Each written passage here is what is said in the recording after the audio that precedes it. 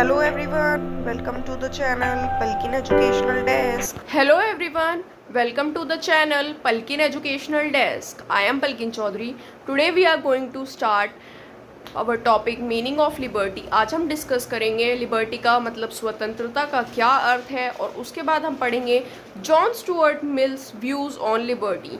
स्वतंत्रता में मतलब लिबर्टी पर जॉन स्टुअर्ट मिल के क्या विचार थे. First of all we will discuss meaning of liberty. Meaning of liberty मतलब स्वतंत्रता का क्या अर्थ है. आज हम इस टॉपिक को स्टार्ट करेंगे. So we will start our topic meaning of liberty.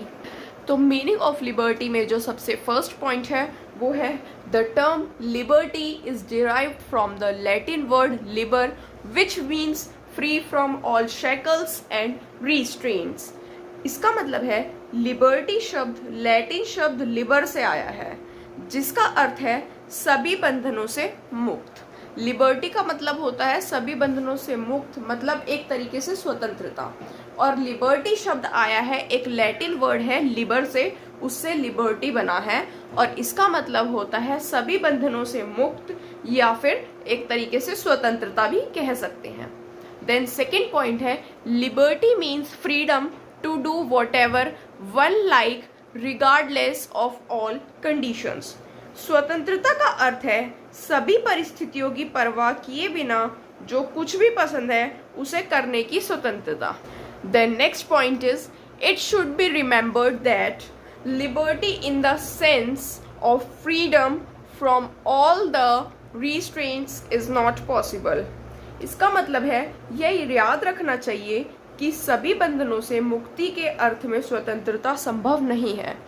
इस पॉइंट का मतलब है it should be remembered that हमें याद रखना चाहिए liberty in the sense of freedom from all restraints is not possible.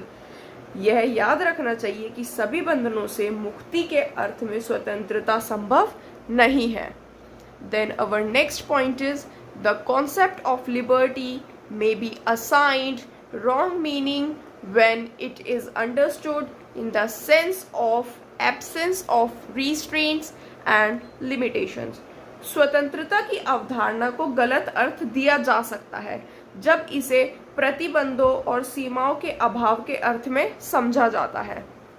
Then उसके बाद नेक्स्ट जो हमारा पॉइंट है वो है in the real sense liberty means the right of man to do what is worth doing. इसका मतलब है वास्तविक अर्थों में इन द रियल सेंस मतलब वास्तविक अर्थों में liberty means the right of man to do what is worth doing. वास्तविक अर्थों में स्वतंत्रता का अर्थ है मनुष्य का वह अधिकार जो करने योग्य है. After this our next point is there are a number of principle और norms which regulates the social life of man and make him civilised. ऐसे कई सिद्धांत या मानदंड है. There are a number of principles और नॉर्म्स ऐसे कई सिद्धांत और मानदंड है which regulates the social life of man and make him civilised जो मनुष्य के सामाजिक झूठ को नियंत्रित करते हैं और उसे सभ्य बनाते हैं. सोशल लाइफ मतलब सामाजिक झूठ को नियंत्रित करते हैं और उस मनुष्य को सभ्य बनाते हैं. Then our next point is these restrictions tell us the distinction between good or bad, right and wrong, moral and immoral, and legal and illegal. These restrictions tell us the distinction between ये प्रतिबंध हमें good and bad अच्छे और बुरे, right and wrong सही और गलत, moral and immoral नैतिक और अनैतिक, and legal and illegal और कानूनी और अवैध के बीच का अंतर बताते हैं. Then our next point is if interpreted in this manner liberty denotes man's right to do what he wants for the sake of making the best possible development of his personality by following a course that is good or right or moral or lawful. अगर इस तरह से व्याख्या की जाए तो if interpreted in this manner अगर इस तरह से व्याख्या की जाए तो लिबर्टी एक अच्छे या रात या नैतिक या वैध पाठ्यक्रम का पालन करने अपने व्यक्तित्व का सर्वोत्तम संभव विकास करने के लिए मनुष्य के अधिकार को दर्शाती है.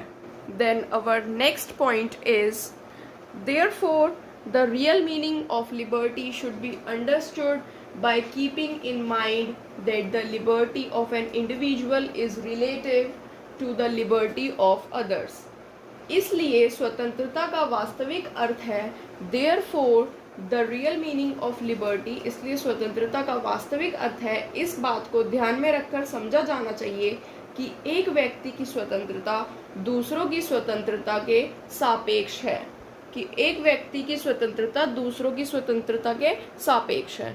Then next point is, the only purpose for which mankind is warranted individually or collectively, एकमात्र उद्देश्य जिसके लिए मानव जाति को व्यक्तिगत या सामूहिक रूप से in interfering with the liberty of action of any other member is self protection, किसी अन्य सदस्य की कार्रवाई की स्वतंत्रता में हस्तक्षेप करने की आवश्यकता है, वह है आत्मरक्षा.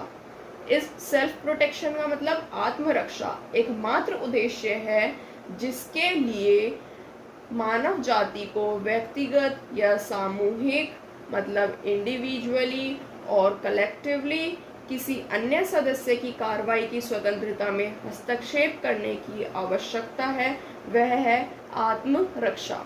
The next point is, the only purpose for which power can be rightfully exercised over any member of civilized community against his will is to prevent harm to others.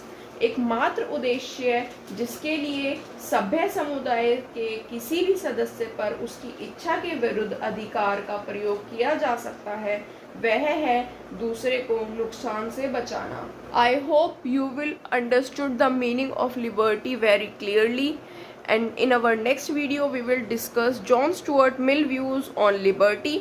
अब हम अगली वीडियो में जॉन स्टुअर्ट मिल के क्या विचार थे liberty पर, मतलब स्वतंत्रता में, हम वो डिस्कस करेंगे. अभी हमने डिस्कस किया है मीनिंग ऑफ लिबर्टी.